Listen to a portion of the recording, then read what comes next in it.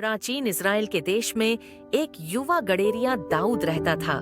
वह 8 भाइयों में सबसे छोटा था और जबकि उसके बड़े भाई शक्तिशाली और कुशल योद्धा थे, दाऊद अपने कोमल हृदय और गहरी आस्था के लिए जाना जाता था।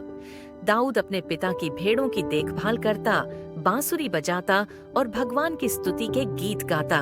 एक दिन नबी शमूएल, जो परमेश्वर की बुद्धि द्वारा निर्देशित थे, दाऊद के परिवार के पास आए ताकि वे इस्राएल के भविष्य के राजा को अभिषेक करें। हालांकि उसके पिता को विश्वास था कि उनके बड़े और मजबूत पुत्रों में से कोई चुना जाएगा, परमेश्वर ने शमूएल को दाऊद को अभिषेक करने का निर्देश दिया, जो कि एक विनम्र गडेरिया लड़का था। इस अप्रत्याशित चुनाव ने दाऊद और उसके आसपास के लोगों को सिखाया कि भगवान व्यक्ति के बाहरी रूप या शक्ति के बजाय उसके हृदय और चरित्र को महत्व देते हैं। वर्षों बीत गए और इस्राएली लोग पलिश्तियों के साथ युद्ध में फंसे हुए थे।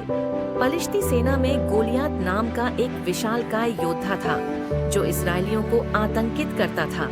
उन्हें चुनौती देता था कि वे उसे एक योद्धा भेजे जो उससे अकेले लड़ सके।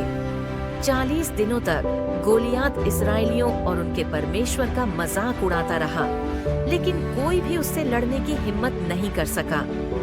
दाऊद, जिसे उसके पिता ने युद्ध क्षेत्र में उसके भाइयों के लिए भोजन लाने के लिए भेजा था, ने गोलियात की अपमानजनक बातें सुनी। परमेश्वर की शक्ति और न्याय में गहरी आस्था से भरकर दाऊद ने विशालकाय से लड़ने की पेशकश की। राजा शाऊल दाऊद की संभावनाओं पर संदेह करते हुए उसे अपनी खुद की कवच पहनने का सुझाव दिया, लेकिन यह युवा गडेरिया के लिए बहुत भारी और बोझिल था। इसके बजाय दाऊद ने केवल अपनी गुलेल और 5 चिकने पत्थरों के साथ गोलियात का सामना करने का फैसला किया।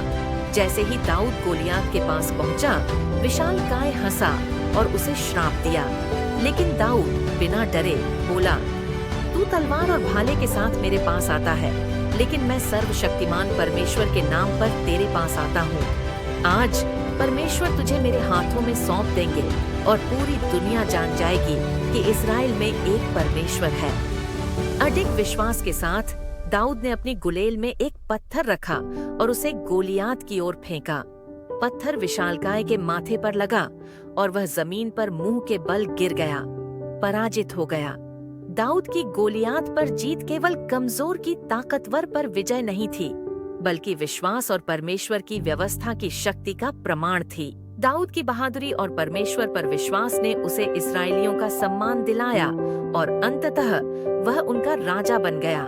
राजा के रूप में दाऊद ने न्याय और करुणा के साथ शासन करने की कोशिश की, हमेशा परमेश्वर की आज्ञाओं का पालन करने का प्रयास किया। हालांकि वह त्रुटिपूर्ण नहीं था और उसने अपने मार्ग में गलतियां की, दाऊद का हृदय परमेश्वर की क्षमा और मार्गदर्शन की तलाश में अडिग बना रहा।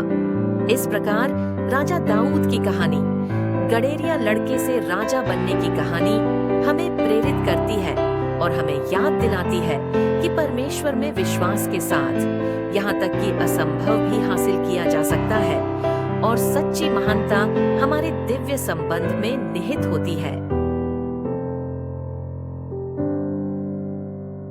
ऐसी ही और छोटी बाइबल कहानियों के लिए सब्सक्राइब करें ग्लोरी टू जीसस चैनल को, और अगर वीडियो पसंद आए तो लाइक, शेयर और कमेंट जरूर करें।